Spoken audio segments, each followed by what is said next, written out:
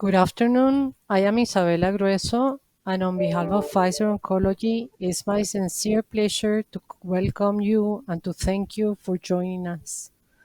Pfizer Oncology is privileged to be a longtime partner with UICC, and while we are sorry that we cannot meet each other in person, we are looking forward for this session and to have a deep dive into Cancer Policy Scorecard, a best practice model for engaging policymakers and driving meaningful progress. I encourage all of you to make your questions all along with the session, not only at the moment of the Q&A. So let's start.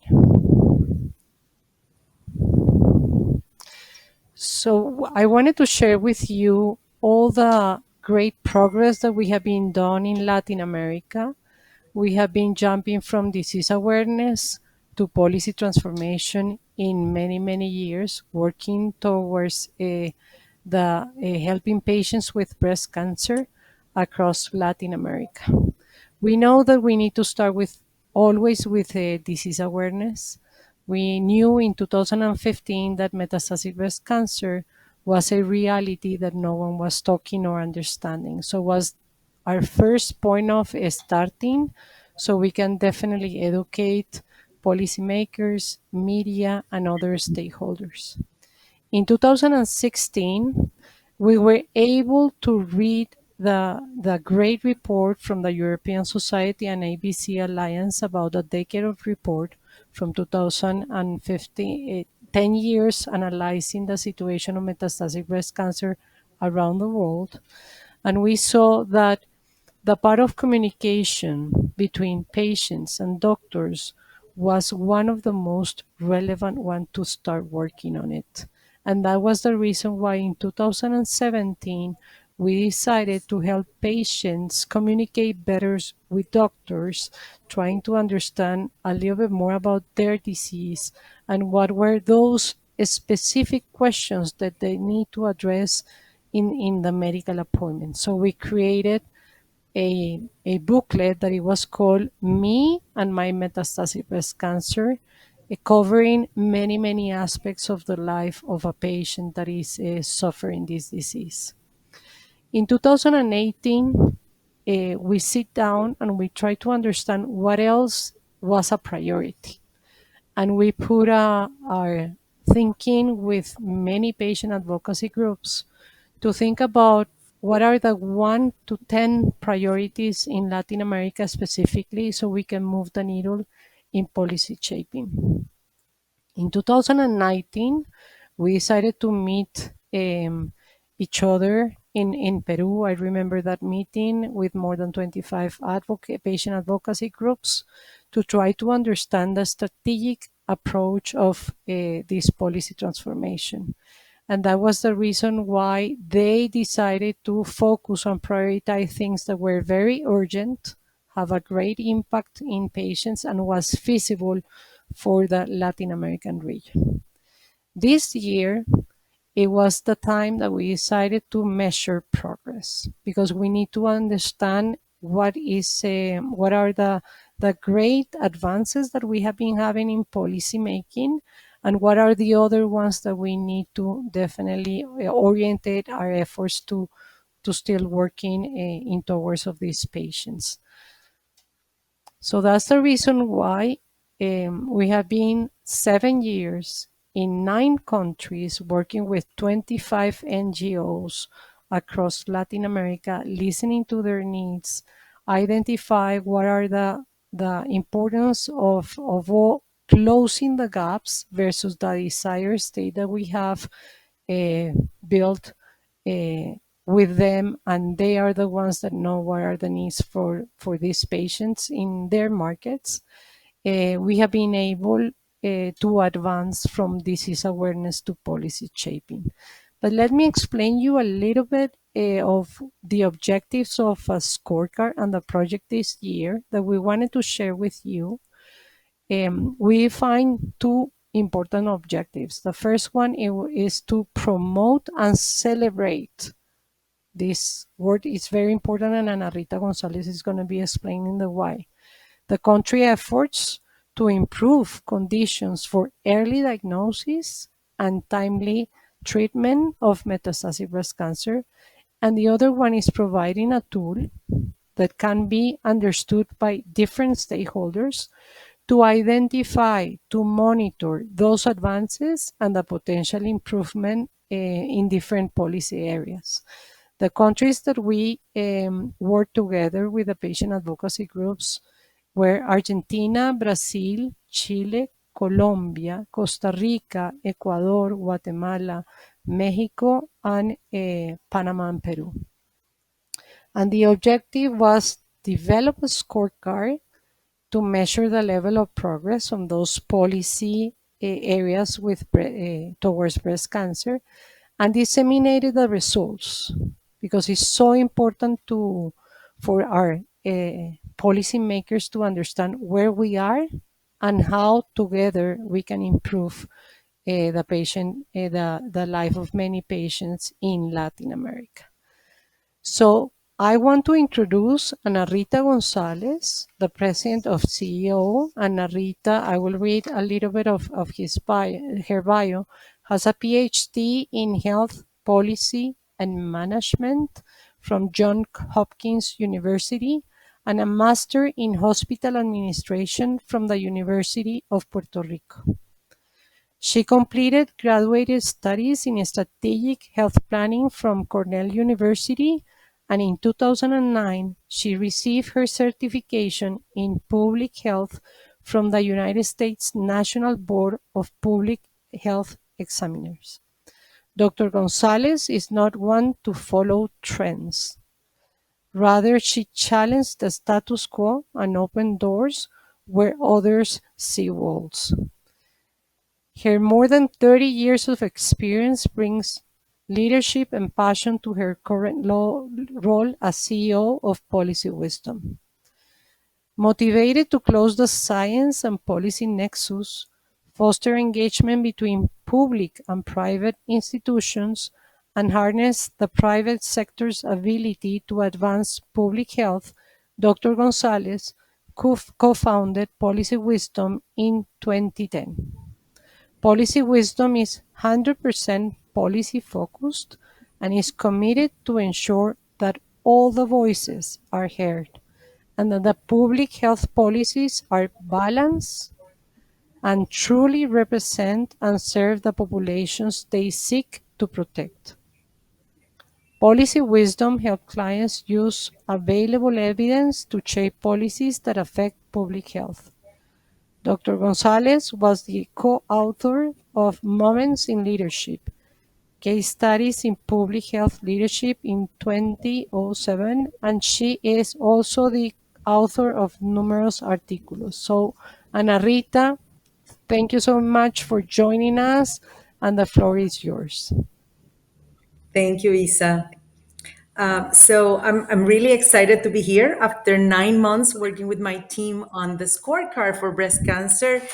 Tonight is like being at the Oscars, presenting the baby. So the objective of creating the scorecard was basically to help decision makers advance policies in areas where they are truly necessary. And a scorecard is basically a snapshot in time. In this case, the snapshot in the summer of 2021 that compares where the public health policies are versus where they should be in terms of a desired state. That allow us to see what is the path that still needs to be walked to get to that ideal situation, and provides information that helps communicate in a simple manner, in an evidence-based manner with policymakers. Basically, one thing that you will hear me say many times during this presentation is that the scorecard helps celebrate success, because success redefines the problem. So basically, what we want to do with the scorecard and what we hope patient groups and other stakeholders do with the scorecard is to really have a different mindset when conversing with governments about the progress that is needed and the path that is needed to improve access and equity to breast cancer. Um, how did we go about developing this public policy scorecard? First of all, we defined it which were the areas, the policy action areas that needed to be included in the scorecard. Once we developed those areas, basically, we gave a weight to the areas. As you will see, 5 of the 6 areas have 15% weight versus the actual access of timely diagnosis and treatment has a higher weight. We do this way so that no matter you could have like 100 in everything, but if you're not really reaching the patients, then the progress is partial.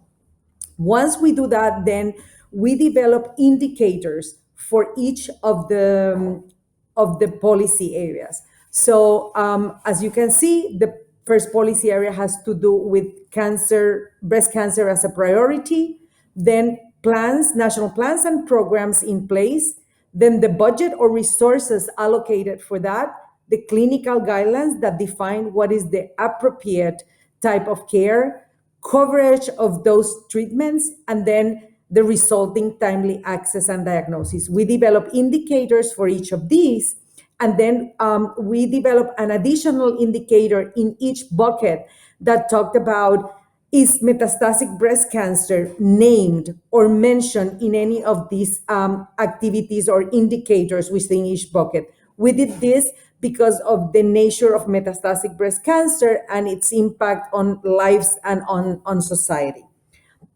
So once we did that, then we moved to defining a weight for each of these indicators and conducting the research to feel the indicators and to know what was the progress in the countries. We didn't want, and a policy scorecard should never be based on opinions. It should be based on actual data that can be, it should have references so that you can find where the information came from and you can refer to it in your conversations. Once we did that and we completed the research, then we assigned the numbering. And then the last step is looking at what is the percentage of progress that has gone towards the ideal situation or the necessary policies to ensure equitable and timely access. So let's talk a little bit about the main findings. So I'm going to talk about the findings based on the region of the Americas opposed to by country. So as you can see, there was progress in all areas, with the progress in 5 of the 6 areas being more significant than in the clinical practice guidelines area, in which the progress was much more modest. But the good thing is that there was significant progress, because this is an average of the 10 countries that participated. You know, the ones that are higher and the ones that are lower bring it down, but still, it is very important to see that there has been progress. And that's why I say that success redefined the problem. Uh, Policymakers need to see that as a society, we appreciate and recognize what they are doing, and that we want to talk to them about doing the right thing moving forward, instead of things that are nice to do, doing things that are essential to do. So let me walk you through the different aspects of the scorecard and what does it mean. When it comes to reimbursement of and coverage of innovative treatments for breast cancer, that was the aspect that was ranked the highest. And you should say, but still there is a lot to do. Well, it's important to understand that important advances were found, or significant advances were found, in Brazil, Chile, and Argentina. And 40% of the countries, so 4 of the 10 countries evaluated, had health technology assessment that used the multi-criteria approach. So it used more than cost effectiveness to include therapies. However, the recommendation for coverage of reimbursement is tied to what appears in the clinical guidelines. And as you remember, clinical guidelines is the bucket with the least progress. So this is very important, because this is what has not allowed for coverage of innovative treatments to be even higher. When it comes to the existence of national programs and plans, basically, what we can see here is that for some reason I'm not seeing my slides, so give me a second. Okay, here they are. Okay, so that all countries have a national cancer program, and 8 of the 10 countries mentioned breast cancer specifically in their national plans and programs. However, no country has specific mention of metastatic breast cancer. And but the good thing is that we are seeing half of the country moving towards advances in developing these programs in a more detailed manner, and that might include metastatic breast cancer. But one of the calls to action to policymakers is the recognition of metastatic breast cancer. So, in the next bucket, which is breast cancer, is a policy priority and it's in the public health policy agenda. Um, all countries recognize the importance of breast cancer, with 60% of these countries having national cancer registries. Only Brazil has metastatic breast cancer in their cancer registry, signal out.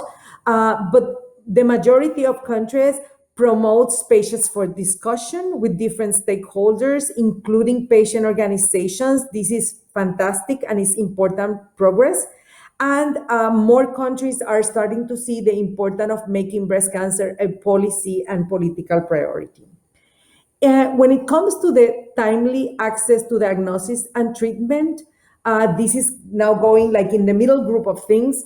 Many efforts to promote timely access, but the healthcare infrastructure does not allow for all of those awareness campaigns and efforts and initiatives to move forward. So Brazil and Chile has initiatives to guarantee the timely access, like the law of the 60 days.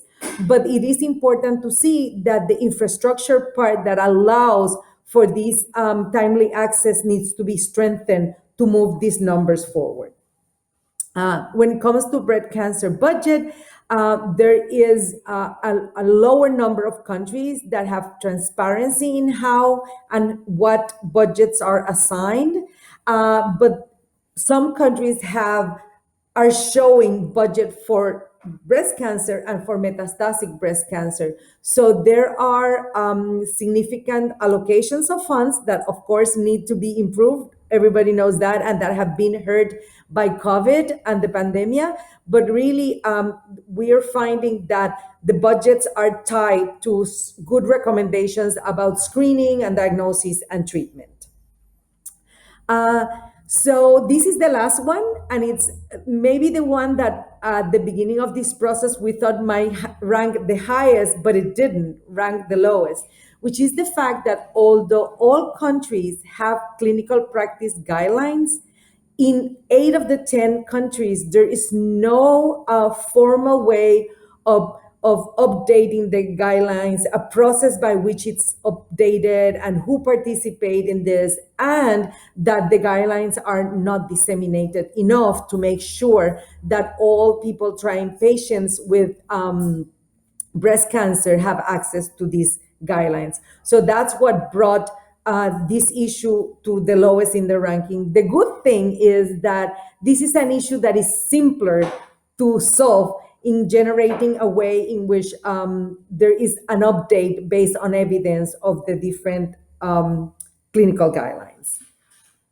Uh, just after I presented this, I just wanted to give you an idea of the progress by country. Of course, we're not going into each bucket for each country because we would need much more time, but it's interesting to see that Brazil and Chile have outstanding progress. Meanwhile, Peru, Colombia, and Argentina have significant progress.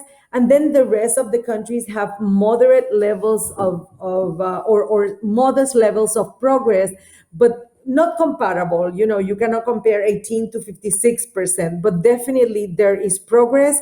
It's interesting to see that there are much less patient advocacy in countries like Guatemala than in countries like Brazil, less medical societies, less involvement of society in decision making. So all of these things affect the findings. So, as I was saying at the beginning, in most countries, there are significant advances to raise awareness and improve quality of life. But it's so important that that awareness translates and transforms in policies that allows for that awareness to be practiced into services. And the fact that the role of civil society has grown so much and has been, meanwhile, many years ago, we could say that civil society was only there to create awareness now, or help with specific services. Now, civil society and patient groups have an incredible role in really advancing the policy environment and the policy transformation that needs to exist. Of course, breast cancer continues to be very high out of pocket issue, and the pandemic has sort of exacerbated that. We know cancer cannot be quarantined, but we need to start pushing to going back to normal in terms of policies and activities related to breast cancer. But still, we need to feel that we have a role to play really in helping governments until they get out of the important impact, economic impact that COVID has on the health system infrastructure and the services, to really strengthen back the spaces for constructive dialogue about the areas of improvement, what needs to be done to get closer to that desired state, opposed to what is nice to do. So the difference here and what the scorecard helps is celebrate everything that has been accomplished and sort of hone in on what are the essential things that need to be done to continue that progress.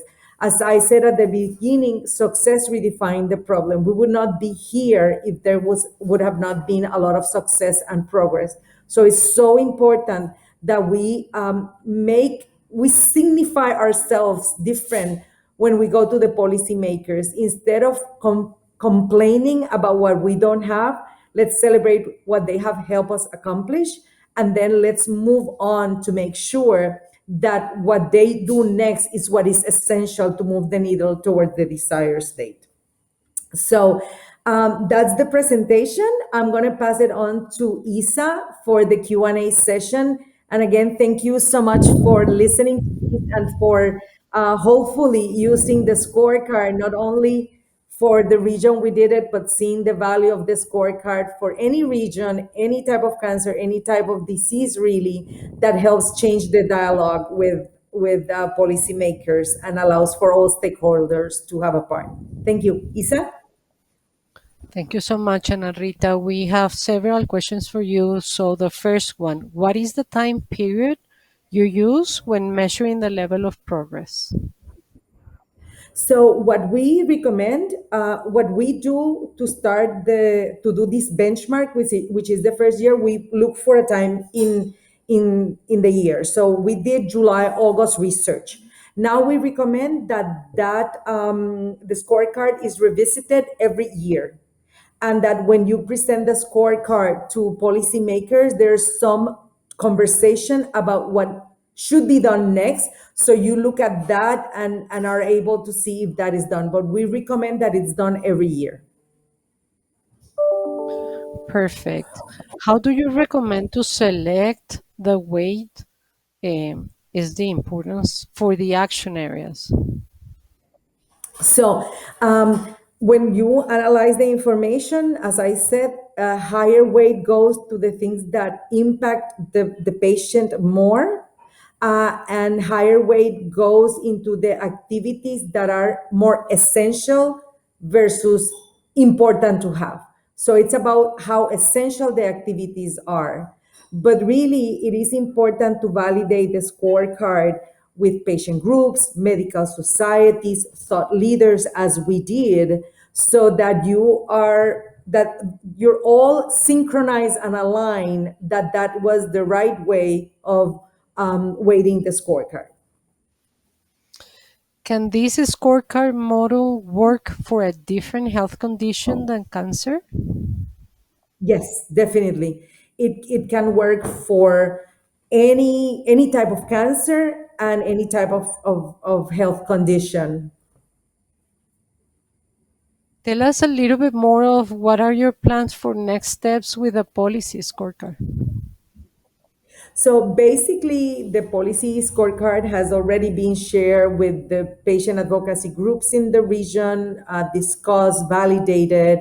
And now the next step is for sharing it with other stakeholders and also proposing to patient groups and other stakeholders to develop strategies and ways in which they feel comfortable sharing this with their policymakers and the influencers of those policymakers to have an impact and to help move the needle.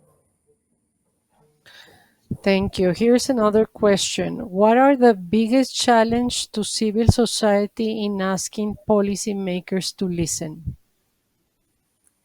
I think the biggest challenge is that usually policymakers are afraid of opening the door to civil society because they know they have a strong voice and that they can talk to media and make them look bad. But also, it is about they always come to complain. They always come to ask us more. So that's why we think the scorecard can change that conversation by celebrating what they have done, by appreciating what they have done already, and sort of telling them what needs to be done next, not asking for everything, but going in a stepwise way and really getting them to feel that they're being recognized and that they're being asked for things that are really doable. What is the challenge to policymakers and how to prioritize their spending budgets? So, as you know, we went from health system that deal with infectious diseases to health system that dealt with non-communicable diseases, but still having infectious diseases. So we did not duplicate budgets. So we are always working with less than the budget that we need to have. And I feel that the biggest challenge that the policymakers have is that they're pulled from side to side and that they are uncomfortable asking for more.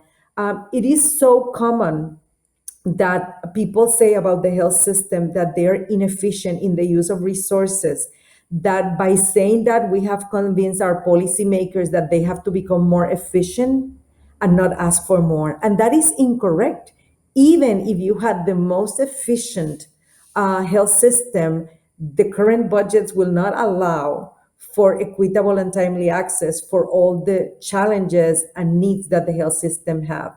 So I think it's helping, like we do with the scorecard, to policymakers to show their progress and have a different conversation with the legislative body and the executive part of government that helps bring the budgets. As you can see, even with COVID being the war that we had to fight, if this would have been a real war, the Defense Department budget would have been brought up 50% double. But it didn't happen to the health budgets. So really, it's about giving tools to the policymakers to feel comfortable that it's not about efficiencies only. It's also about the fact that it's impossible to diagnose and treat all of the diseases that the population have, a population that lasts much longer, gets to be older, with the budget that we have. We have two more, so I need you to go and wrap up very quickly because of the timing. The first one is how can we start in our own country to create a scorecard? Okay, so the scorecard, we can share this scorecard with everyone. You have to make sure that what you're being, that the indicators are appropriate to your country. You have to make sure that there's evidence that you can find for these indicators. There might be very fascinating information, but it's so sophisticated that a country might not have that information anywhere. So it's not worth having in the scorecard. But really is about seeing what are the policy areas that are relevant, identifying which indicators, and going for the evidence and applying that. I think, and then the most important part and the most fun part, which is the strategy to share this with the stakeholders, but also with the policymakers.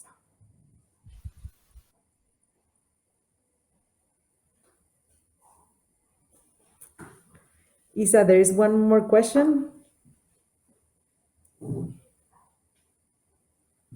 Maybe I got it in my phone. Have the research been receptive to the scorecard project? Yes, many, everyone we have shared have been receptive because there is a source, a reference for each piece of information. And there is also a reference for why these policy areas and these indicators were selected. We try to speak research language and not speak language that is talks about evidence but is not research based. So it's been very well welcomed. I think there's one more question. I'm trying to see my phone if I can get it. I think someone is typing it.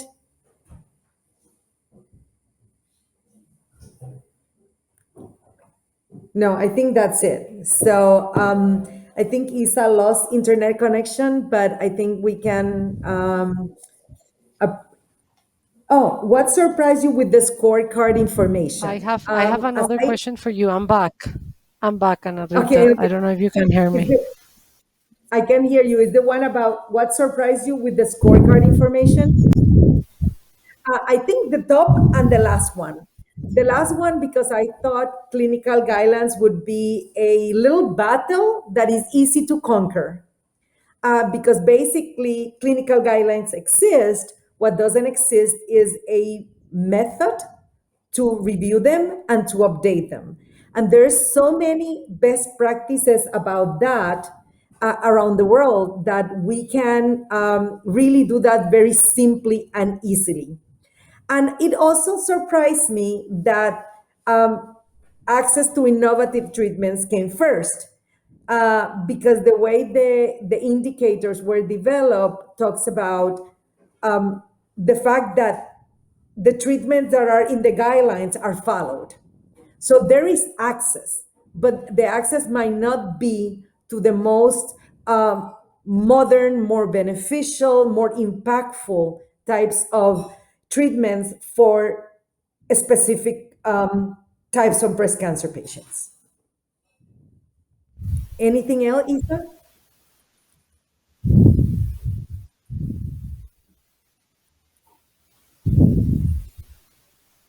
I don't know if Isa can hear me. No, I don't think so. So I think we cover all of the questions of the team, and I think Isa was going to say thank you and for participating. So I'm gonna do that on her behalf. As I said, I feel like I'm on Oscar night. I hope we have the winning movie, which is that many people evaluate the scorecard as a good intervention to change the communication with policymakers and advance policies toward breast cancer. So thank you so much, Anissa. If you can hear us now, maybe you can say the official goodbye. So no, she cannot hear us. So thank you so much and thank you for participating. Goodbye.